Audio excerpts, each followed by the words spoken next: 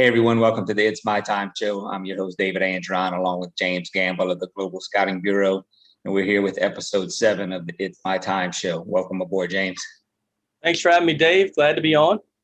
All right, man. We've been really busy this summer, man, out pounding the pavements, finding players. My phone blows up every day with college coaches looking for players and, of course, players trying to find a good fit. So that's what we're, doing right now is going to all the collegiate summer leagues and all the summer showcase tournaments and trying to find a perfect match for these athletes to, find a good fit for the athletic and academic, future and find the good quality players to fit the needs of the college that are calling on us. We've had a busy summer. I want to talk a little bit about the importance of collegiate summer leagues. I know a lot of players, pass up the opportunity to play in the summer in college because they want to work out or things like that. But I think getting the extra at bats and, the extra innings for pitchers is very important. And it also gives, scouts an opportunity to see you compete against some of the best players in the country. Because most of these collegiate leagues, they go out and get players from all over the country for one team. So it's a lot of fun. It builds a lot of good memories for these players. But I think it's really important if you want to touch a little bit on that. Yeah, I think, for me, it's a case-by-case basis based on how much the player was used or how much the pitcher was used. And I think college coaches are looking at that and trying to make sure that they have enough rest for some of the guys. But in a lot of the cases, especially the young player, if they had 15 to 20 innings, well, then they can carry a larger workload. And all of this should be looked at. It's almost like a pyramid from high school up to Major League Baseball. From a pitching standpoint, at the major league level, you'd like to see guys carrying 160 to 200 innings throughout the course of a year. But to get your body in shape and to get your arm in shape and to get your mind in shape with a routine to be able to do that consistently, there has to begin a pyramid, a beginning, a ramping up stage. So in high school, if you can hold 60 innings, let's say, over the course of a high school season, which is, Dave, you coached high school. I think it's 26 games, 30 games, About right 30, in that range. Yeah, somewhere between 30 and 34 games. Yeah. Okay. Then when you get to college, you're looking at 56 at the Division I level. So now if you can get into the 90 to 100 inning range, if you get into the minor leagues, a lot of times you're going to go between 90 in rookie ball and 142 games before you get to that 162, 63, 170 games with postseason. So all of this is a much larger picture. And at times we hear even coaches will make a statement. They're making it about a few players, and then everybody believes it's about them. So they take one statement and apply it, where in the reality is players should be looking at what they individually need. As a hitter, the more that you can see live pitching and you can download it into that database in your head, seeing that good slider, seeing that high-end fastball, the more at-bats you have, the more prepared you're going to be. For pitchers, the more that you can face the live hitters in real game situations with balls and strikes and learning how to manipulate your fastball and pitch off your fastball or throw your changeup in a crucial count. All of this is really beneficial. The small group of guys that probably don't need summer baseball are those guys that were used excessively during the season, but that's a small group. On a normal college team, if you have 16 pitchers, if you'll go and track everything, about 8 of them were used heavily. There's another 8 that got very little work. So that's 8 arms that probably need to be out there pitching and getting reps and preparing themselves to come back in the next season. A lot of your players today, Dave, you see it as well. They played their first college year and they want to take off, but they forget they're getting behind because somebody else is getting another 100 at bats. Somebody else is getting another 40 innings on the mound. And when they come and they complain, we can explain, here's the why. The other guy is just a little better prepared. That's my opinion. I think there's some really good collegiate leagues out there. There's a lot of them now. There's no denying that probably over the past 2 years, you've probably had 7 or 8 new collegiate leagues that have sprouted up. Depending on where you're at in your career, not everybody needs to be in the Cape. Not everybody's going to get into the draft league. Not everybody's going to be a major league prospect going to the Appy League for development. But there's a lot of leagues where you can still get reps, you can still compete. And I think all of them should be considered to some extent. Right. Yeah, that's what I was about to say is, there's different levels of summer collegiate leagues. There's like the Cape, MLB Scout League or high-end leagues to get recruited and get some exposure to pro scouts, whereas the majority of them are just developmental. You go and you get extra ABs and extra innings and just extra work to get better. Because, like you said, in the fall, not only are you competing against the guys you had on your team last year, you got a whole new set of junior college transfers. Now you have the transfer portal, so you have players coming in from other organizations that you still got to compete for a position. And if you sit around all summer, you get to the fall and these guys have been playing the whole summer, and you will be behind. So, I think it's very important. I really like watching collegiate summer leagues. I've seen several games this summer so far, and I've seen some good talent. I mean, kids that barely got any innings their freshman year in college are, throwing 90 to 92. And, I'm excited to see where they're going to end up, next year, once they get a little more playing time for their college. I'll even add to that just briefly, as I just read that, Chipper Menard is a left-handed pitcher. He's from Louisiana. He went to UL. He pitched some at UL, but I got to tell you, he just punched out 15 guys in a no-hit performance in 6 innings for the Cane Cutters, which is in the Texas Collegiate League. It's a good, reputable league, but how big of a confidence boost is it for a young guy that, so there's some value right there. I mean, his name in that league just got bigger. Yeah. Okay, now more people are going to pay attention to him. There's so many positive things that are going to happen based on that outing. That's why I think people don't always look at it from a higher level. They're looking at it as, how does it affect me right now? And I think we need to look at it a little bit more. How can it affect my overall career as a college player or potential professional player? Right. And from there, I just want to kind of touch a little bit on the showcase tournaments. We've been out scouting a lot of those as well. I know this is your bread and butter. I mean, you have a lot of ties into the summer showcase series and things like that. So, and you guys do a great job in putting on good events and, having quality events and good players and good teams in it. So I want to touch a little bit more for the high school age kids about the importance of getting a quality summer team. Sure. Well, I think the team and the tournament industry, look, there's a lot of good tournaments out there, not just ours. We run showcase series. There's other tournaments from 5-Tool, 2D. Perfect Game puts on a lot of tournaments. We contract some of those and host them. For me, it's not always the tournament itself. It's how the tournament's being operated and what is the goal of the tournament. And people should probably know what they're getting into. If you're just going to play games and develop, there's tournaments, get in, play baseball. That's great.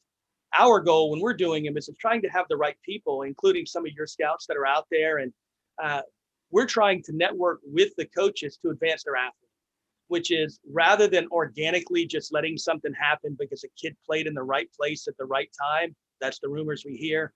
We're creating that right place, right time at each and every venue. So players don't always know that they might be in a tournament playing at a secondary field and have somebody watching them that could change their life along with the coach of that team. We work hand in hand. We partner with all of these programs, trying to not always take credit for it, but to provide opportunities, because so many coaches are contacting us, contacting My Time, looking for players.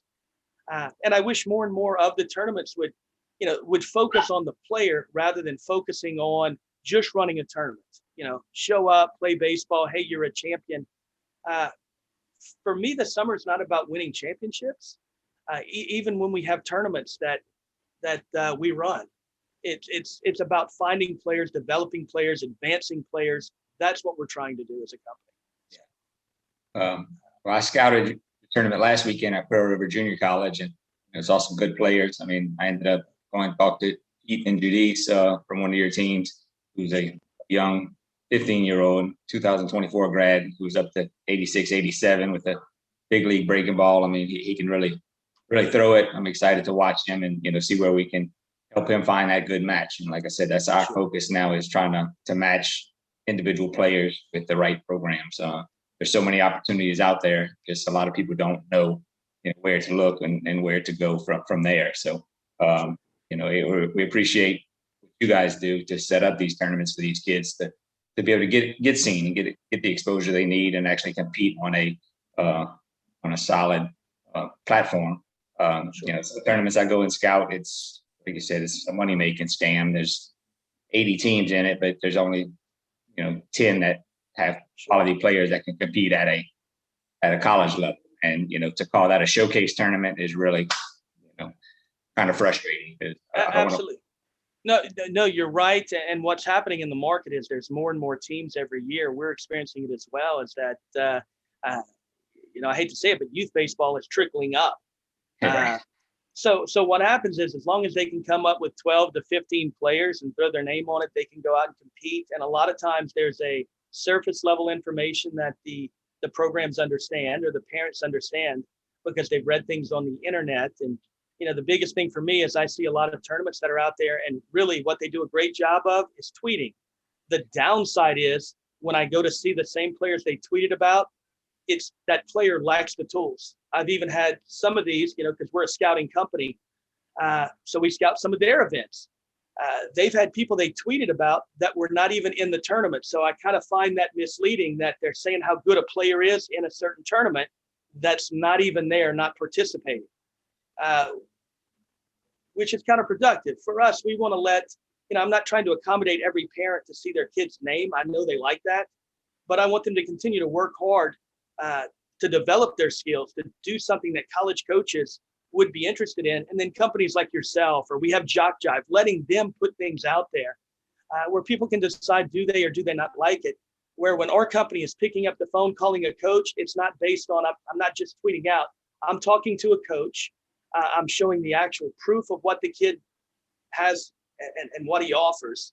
And I know you guys are doing the same thing. We're trying to fit the need of what the coaches have contacted us looking for.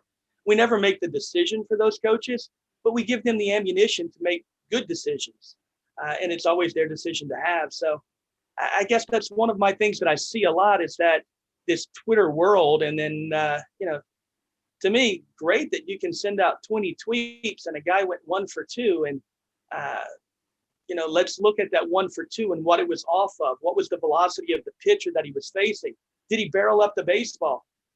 Rather than saying Johnny hits a double into right field and, a handful of people are really happy. He's posting that tweet all over the country now as if he's a great hitter.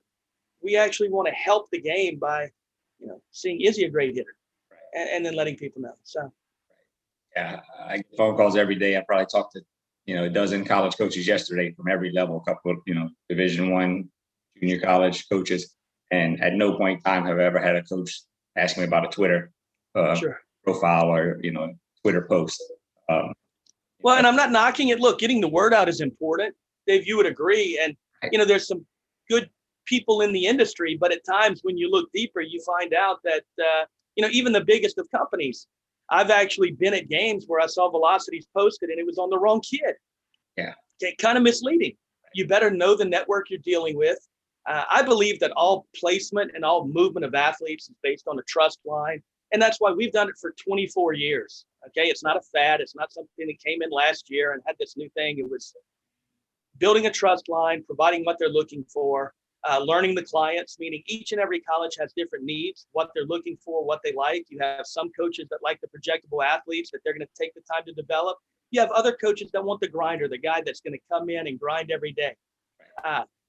Some of them need players with high academics to be able to get into their programs. And so our goal is learning what they're looking for and kind of making a match between them. They still make the decisions. We just basically network on their behalf because not all schools can be everywhere at one time. That's simply not possible. Right. And I think we do a pretty good job of that. And you guys have surely helped. I mean, we had a great response from coaches whenever, the scouts were out there.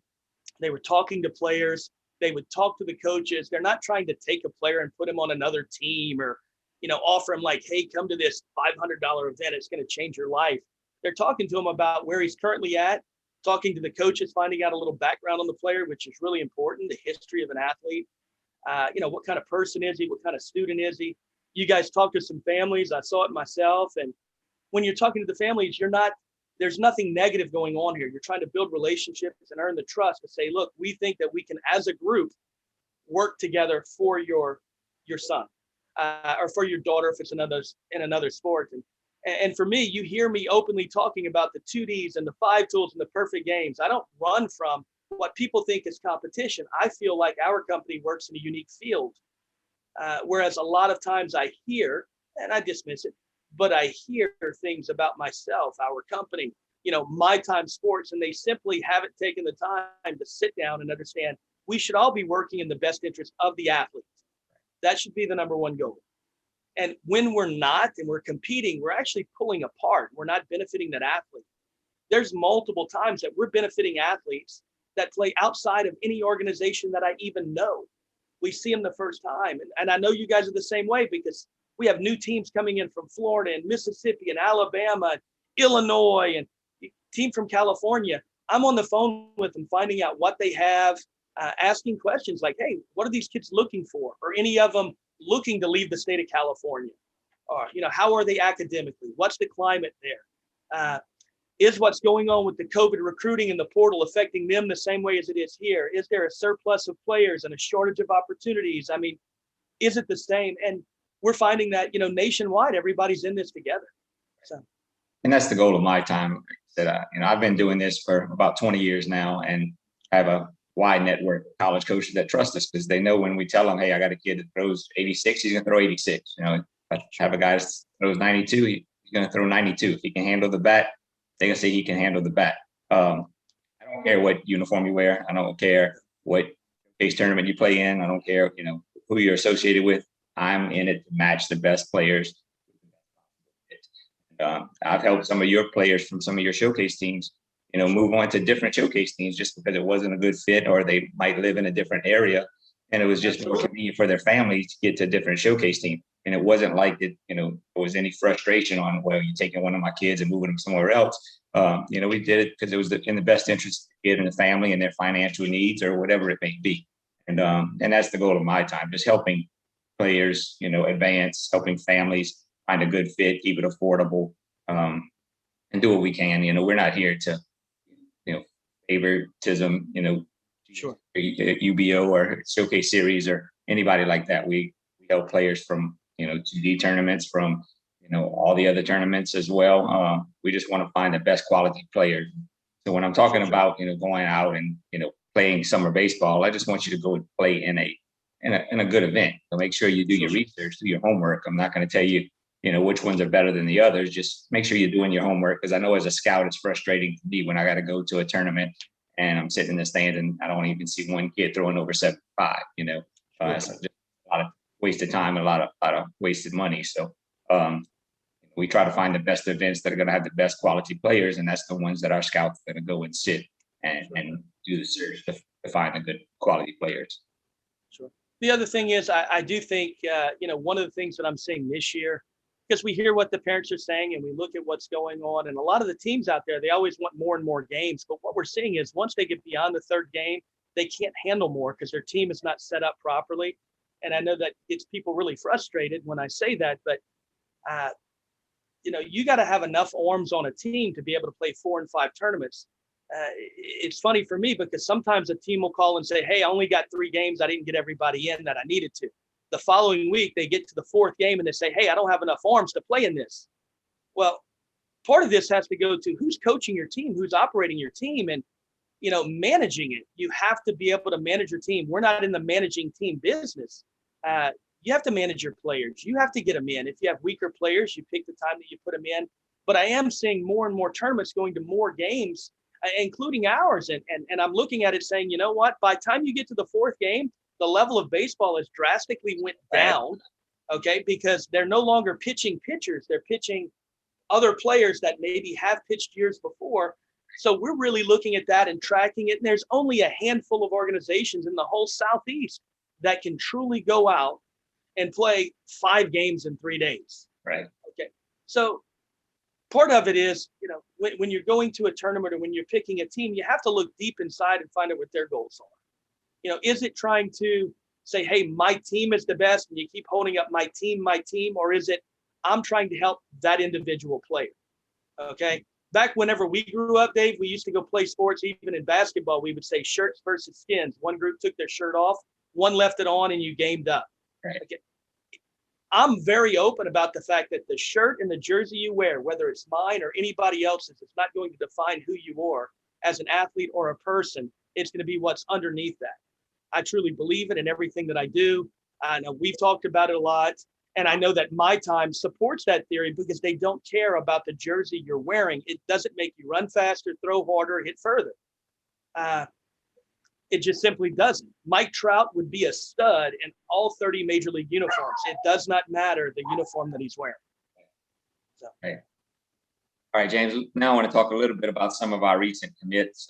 We've had quite a few players, sign with letters of intent and verbally committing to play at the next level. And, I'll let you talk about a few of your players first. I know you had a couple that committed recently, and, that's the goal, is helping as many players as we can move on. So. Well, some I'm going to mention never even once played for an organization that we own. They're outside of it. It's simply being able to talk to athletes, their families, put them in touch with what we're doing, and then assist in the process. Austin Arsenault, he committed to Millsaps. He had played with the Louisiana Knights. He went to a junior college. He did really well. His family reached out to us because after 2 years of junior college, they're still considered a freshman, but academically he's very solid. So he can't stay in that junior college environment. We were able to take him. We led him to you guys at My Time. And I know he started getting blown up. He started talking to more and more teams, and that allowed him the opportunity to go on multiple visits where he found the right program. And, he had multiple people he went and visited with. I think he went from about a month ago being down in the dumps, wondering if, hey, is my baseball career over because I'm a good student, but I know I can play this game. Now he's going to Millsaps, which is just a phenomenal program. It really is, from a coaching staff on the baseball field to it's the second highest earning potential school in the state of Mississippi. Austin's going to be something in life, and he's going to be playing college baseball. So I'm just really proud of him, proud of My Time for assisting that process. You guys have been assisting some of the players that they haven't committed yet, but they went from nothing, meaning they had zero, and now they have multiple options. The Connor Wilson, a left-handed pitcher out of Sulphur, he had no one on him. Now he's got a handful of offers and opportunities, and I know you went from one stress, meaning I have nothing, and thinking, if I had anybody, to another stress, which is, oh my gosh, how do I make the right decision? Right. Which that's why we always, as with a My Time company and Mental Masters, which is another company, we try to merge them together because the mental side of the game is not just identifying how to play the game when you're on the field, but all of the stress that players go through and families go through that they don't want to openly talk about. But I can tell you, and I know you can too, when you're taking the phone calls, the kid goes from worrying each and every day if he'll have a future to now going, oh my gosh, I've got multiple people. How do I make the right decision? So he still has pressure. It's just different pressure, different stressors. So being able to talk to them and work with them. So Connor's another one. I think he's going to have a really good future. I'm proud of him. Brenton Coleman out of South Beauregard, really high-end player, had a great high school career, and all of a sudden found himself again, nowhere to go. So you're a graduated senior with nowhere to go. We plugged him in with you guys, and he had multiple offers. He went on visits. He recently committed to Coastal East, which, I'm thrilled for him. I'm thrilled for the coaching staff there. They're going to get a hardworking grinder type player that can probably go both ways a little bit, pitch a little bit for him and play a position. But it shows that the kid didn't give up. He didn't say, nobody wants me, and he quit baseball. He said, what do I need to do to find the right program that's looking for what I have to offer? And you guys were able to help coordinate the two and match them together. And the coaches came out to games. And, in fact, their coaches came to some of the tournaments that we host. And I was thrilled that they picked him. Daryl Moore is another kid that didn't even play baseball last year, okay? And after a week, he's now tied in. He's got offers on the table. He hasn't accepted them yet. But he's got scholarship offers where he won't be paying money to go to college. So you go from having nothing, thinking your life is terrible. A lot of the kids feel like they've been screwed, or whatever term they use. I know that's probably not politically correct to say, but that's what they feel. And we both are in the business of trying to say, look, stop looking at everyone else and looking out your window. Look in the mirror. What can you do? Work hard, play hard, and have some faith. And now this kid, after the first weekend, I've talked to his mother multiple times now. I will tell you that they're almost reinvigorated with hope and dreams, and now you don't know what's going to happen. And so it makes us really happy to be able to help these players. And I will tell you, I've mentioned this before, it feels just as good to me when we help a kid go to Coastal East as when we help a kid go to Florida State or Arizona. There's no different in feeling. So for me, that's why I get frustrated with the industry when they only want to focus on a top tier, which is a very small amount of athletes, because every life has value to me. And if they love the game of baseball and they work hard, I know there's a place for them. It may not be the highest school, but for them, that's like saying, hey, I didn't play in the big leagues. I didn't. I played 3 years of minor league baseball at the independent level. But I don't want to give that up now and say it didn't matter, because it built so many relationships. That was my major league experience. That was as good as I was. Okay. It doesn't mean I'm lesser of an individual. Somebody was just more talented than me in the sport. And all of these kids, that's why we had a topic of D1 or bust. So many kids feel like they're a failure if at 18 years old, they're not ready to compete with 24-year-olds that are 15 pounds heavier, that have 500 more at bats. That, no, your expectations are wrong. It has to be a marathon in this sport, not a sprint. And that's why I think that the mental side of the game, not just for them, I think the parents, because a lot of the parents are putting the wrong pressures because they're on Facebook or they heard it from a friend at work, so they think they know. There's a lot of coaches during the summer that this is what they do in the summer. It's their hobby. It's how they scratch their itch. And the information they have, I'm going to tell you, it's Cliff Notes at best. So part of our goal is trying to educate with the truth. So anyway, you can talk about some of your players now. And I was just really happy about some of these guys and what you guys have done to assist. And we openly tell all of our kids, every kid in our organization that we own, we feel like, it's affordable.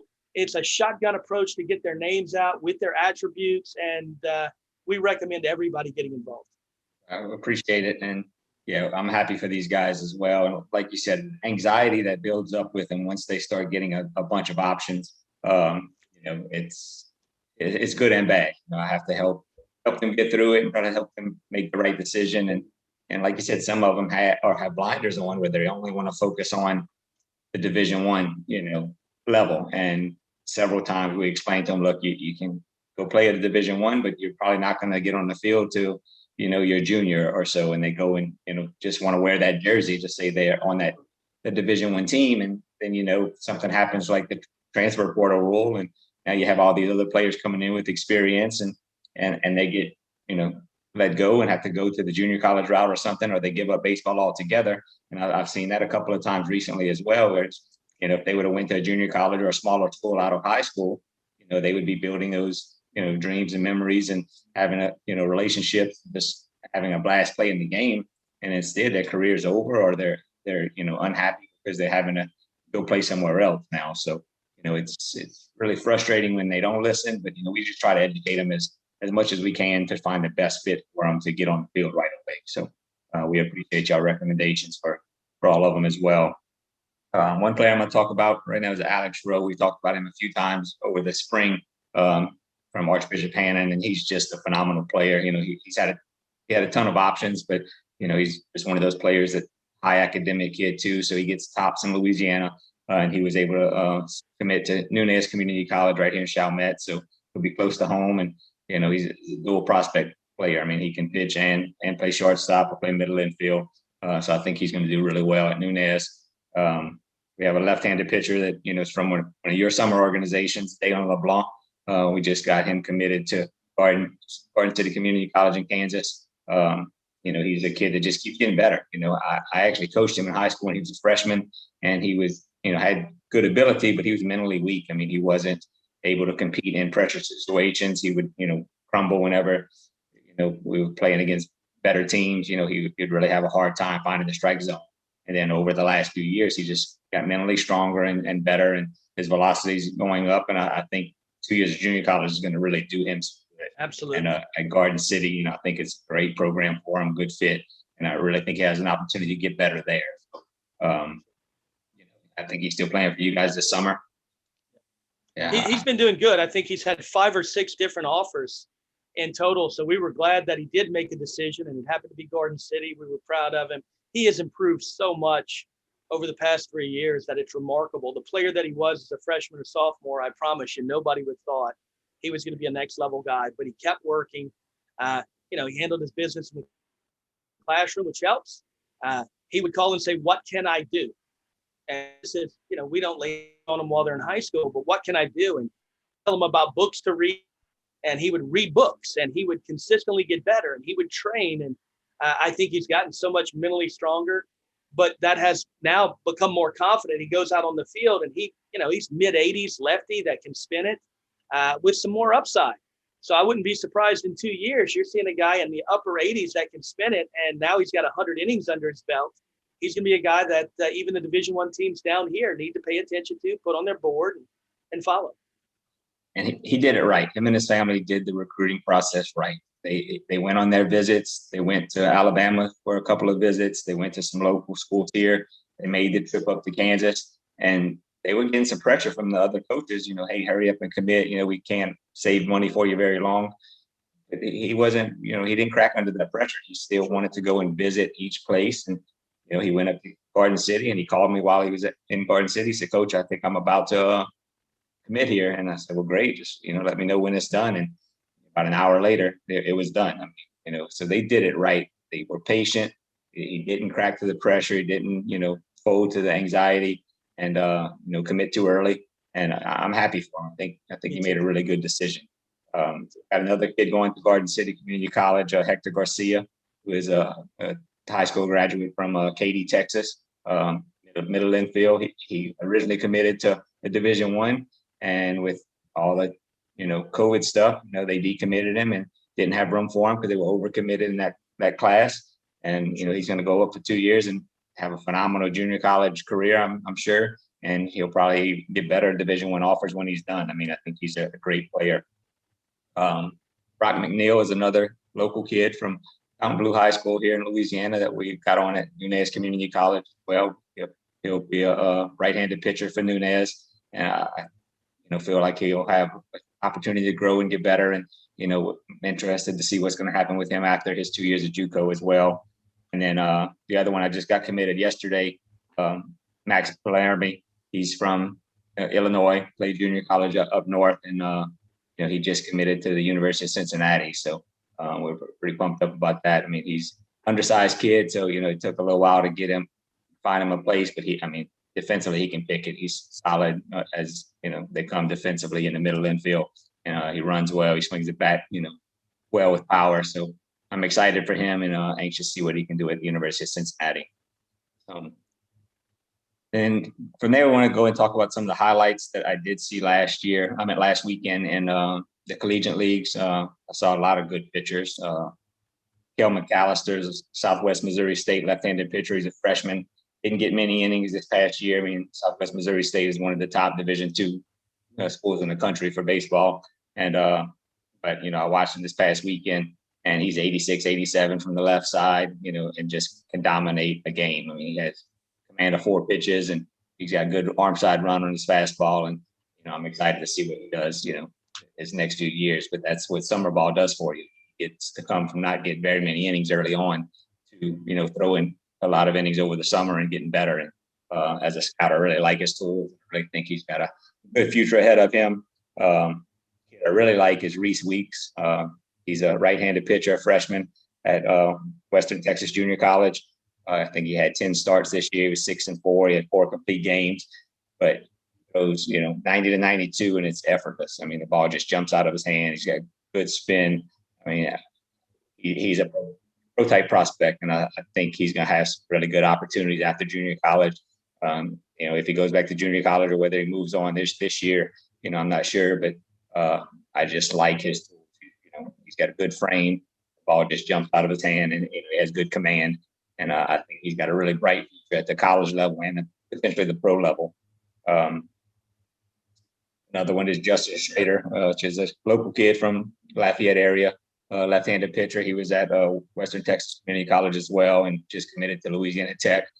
Undersized. He's 5'8", 5'9" if he's lucky, but he can throw it. Yeah, left-handed pitcher, and the ball just jumped. And he's 88 to 90. I saw him 88 to 90, and I've heard he's been over 90, but he just can come in and dominate. And the ball just out his hand. He's a small frame, but when he's on the mound, he just competes. He turns that switch on, and he believes he's 6'5", and he's going to throw it and say, "Hey, here's my best stuff. See if you can hit it."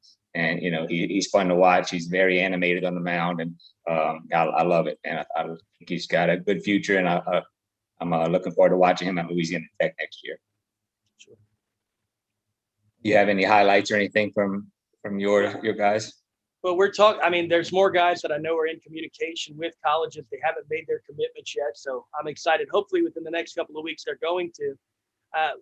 With how this portal's all working out, and some coaching changes, as you know, where there's spots that coaches are leaving one place and then, they'll have a new coach that'll be announced. It's going to create another trickle effect. And this is going all over.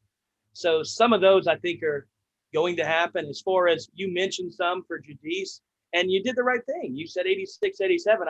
We've seen him up to 89, but I like the conservative approach. That's what I say as well, especially out of a 15-year-old that can really spin it. And so we got to see that. We had calls on him, which was great. There's a lot of good players out there. And what we're trying to do as an overall company is let people know that they don't have to make rush decisions. They don't have to make a decision at 15 years old. Maybe some of the college coaches get upset with that, but now by understanding the rules, they cannot bring them on their campus, right? When they're 15, they're not bringing them on. That's like saying, hey, drive my car, buy it, but you don't get to test drive it. You don't get to see it. You don't get to look at. It's really tough to make those decisions. So as a company, we're trying to say, look, just make sure you explore it all, build the relationships. If this is where you want to go, it checks all the boxes, and you've already done your homework, then okay. But it's just really tough because, some of these young kids, they don't have the right question to ask, like, what's your depth in 2026? Right. No, nobody really knows. I mean, that's why it's tough for the younger committed players. And our goal is trying to educate people, like you had said. In fact, one of the things you just talked about was with McAllister is he's an 86, 87 guy. And I know a lot of people that watch this, they're going to say, well, this kid throws 90 and this kid does that.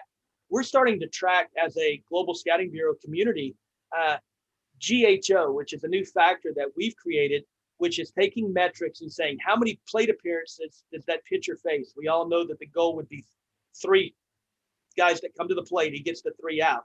And when we track that and we start having guys with 75 to 80% GHO, it doesn't matter if the out was recorded on a 395-foot fly ball to center field or if it was a strikeout. It's an out with the least amount of plate appearances possible. And that's why now guys like the Caleb Sorosky, I mean, this is a all-conference guy that's 84 to 86. He'll bump a little bit higher, but he pitches 84 to 86, and he had 10 saves in a part of a season at the Division I level. So I challenge all the college coaches to keep selling me on velocity rather than why don't we start promoting who can actually get a job done. Now, velocity is part of it, okay, because it allows you to have margin for error, assuming you make lots of errors, okay?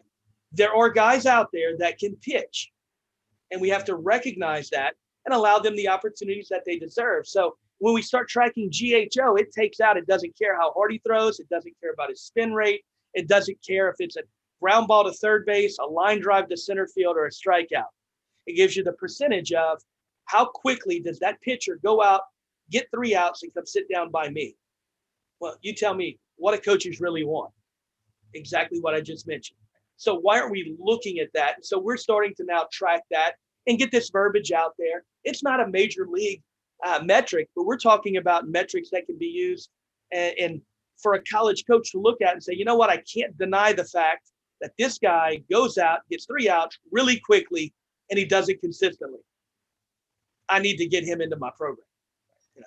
So it's totally different scouting for colleges compared to scouting for pro ball, because colleges need pitchers that can actually pitch and not just throwers. Absolutely. Whereas, pro baseball has developmental leagues. So you ask any professional hitter, and they're going to tell you that hitting in single A is a lot tougher than hitting in triple A or the big leagues, just because in single A you have a whole bunch of 95 to 100 mile an hour throwers that don't know where to locate. They can't locate. You never know if it's coming at your ear hole, at your head, or going to be painting on the outside part of the plate. So you have to really focus, and it's really harder to hit. Whereas the higher level they go, they can actually pitch. They can hit their spots, and it's going to be somewhere in the zone there in certain counts, and it's a little bit easier to focus in on the pitch. So scout for pro arms, we're looking for that high velocity stuff. But like you said, to the college coaches, they need players that can come in and get out right away. They don't have a whole lot of developmental time.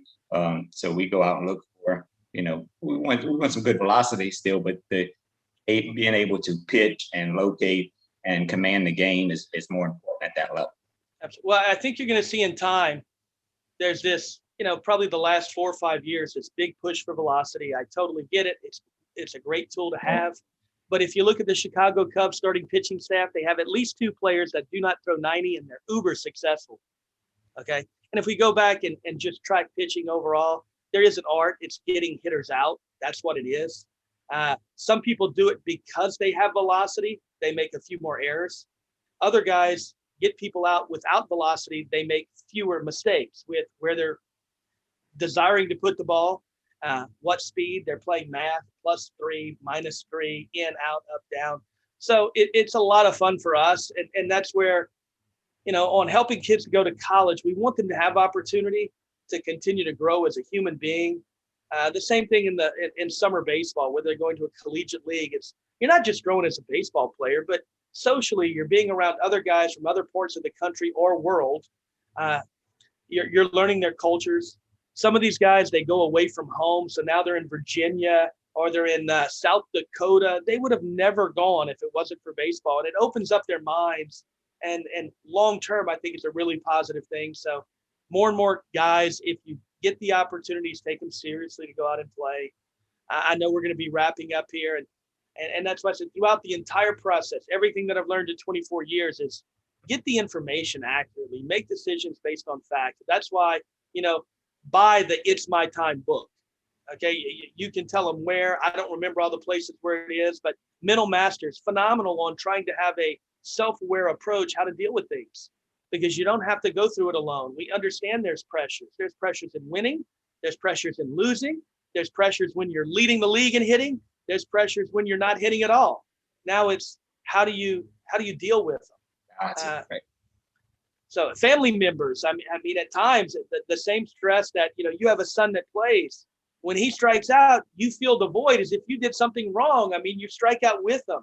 There's things that you can do. There's ways that you can start mentally preparing yourself and understanding that, it is a marathon. It's not a sprint.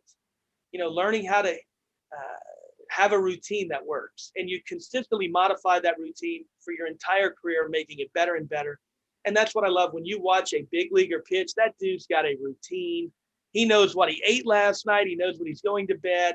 The majority of them have to the minute routines that they're operating on. So I just commend some of the stuff that you've done with Mentor Master and in my time, and I'm glad to be a part of it. Appreciate it. And yeah, like I said, I deal with a lot of athletes, college and professional athletes with that mental training. But I'm starting to do a lot of work with parents as well, because like you said, the anxiety they feel during a game, it trickles onto the field to their athletes and their children. When you see dad behind the dugout pacing and, smoking 20 cigarettes because he's so nervous that his son's at the plate or on the mound, that affects the player on the field. When you can learn how to relax and learn breathing techniques and just enjoy watching your kid play the game, they're going to feel a lot better about it, feel a lot more confident, and be able to perform better as well. So, well, I wish we were doing stuff years ago. And I give you a funny here, because I go to a lot of games and we've helped a lot of kids. I was going to a game where Nick Lee was at UL and Travis Swaggerty was at South Alabama. I knew both of them very well, had helped both of them, and both of them are now playing professional baseball. But when I was at the game, I noticed that when Nick Lee was pitching and Swaggerty was on deck, I started getting really sweaty palms, shortness of breath. I'm not related to either of these kids. And I was at the UL in Lafayette, and I thought, you know what? I'm of an age. I probably need to go to a doctor. So I go to a doctor and tell them, like, hey, I had shortness of breath. I had sweaty palms. And so they started asking me questions. They did my blood pressure, took blood work, and they started asking what was going on. And as I'm telling this doctor the story, she starts laughing at me and said, you don't have kids, do you? And I looked at her and I was like, no, I don't. Why do you say that? She said, what do you think every parent feels? I went, what? She goes, you were actually nervous. And are you telling me that was nervous? That parents feel that every time. So it changed the way that I looked at a parent's perspective, because in my mind, I didn't know how that Nick Lee could be successful and Travis Swaggerty could be successful at the same time. And I wanted both of them to do well. And so your brain starts controlling you. So we have to learn ways to control the brain, because it was affecting how I was breathing. I was sweating. I actually thought that I was getting ready to have a heart attack. And it was based on, I liked both of these players and I wanted the best for each one of them. So now I look at things differently, how parents, when they are, like you said, they're pacing, or when they're going to smoke their cigarette, or things are moving fast in their head and in their heart, their pulse is up, their blood pressure, everything's going. And that kid knows that too, that young athlete that's on the field. So there's so much about the mental side that I think can continue to be improved. And I'm hoping more and more, even at the high school level, I hope more and more of those athletes, which have heard it, that the game's, 50%, 60%, 90% mental. I want them to start jumping into the mental rather than I went 0 for 3, let me go to the cage. How about we start identifying, things that we can do to control ourselves, to have better focus, have better pitch recognition. I think it's going to be a positive. So I'm a big advocate, and I encourage everybody to get involved with Mental Master Training. Buy the books, read. It's good for you both athletically and academically, because it's going to make you a better athlete if you learn what's needed. So Dave, I really appreciate it, and I look forward to our next show.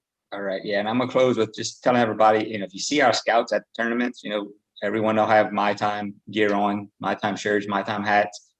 Don't hesitate to go ask questions. Parents, go stop us and ask, any questions you want about the recruiting process. I mean, we're here to help give you the facts. We're not looking to make a buck off of you. We're not looking to, try to convince you to do anything. We just want to give you the facts. And if our program can help you, then we want to be part of that. But, don't be scared to ask questions. If you don't see us, give us a call, send me an email, reach out to us on social media. We're here to help you no matter what. So we want to help as many players and parents and families as we can. And, that's our goal. So, like you say, go find the books on Amazon or JohnMelvinPublishing.com. Or again, you can check out our social media pages, and it'll show you how to.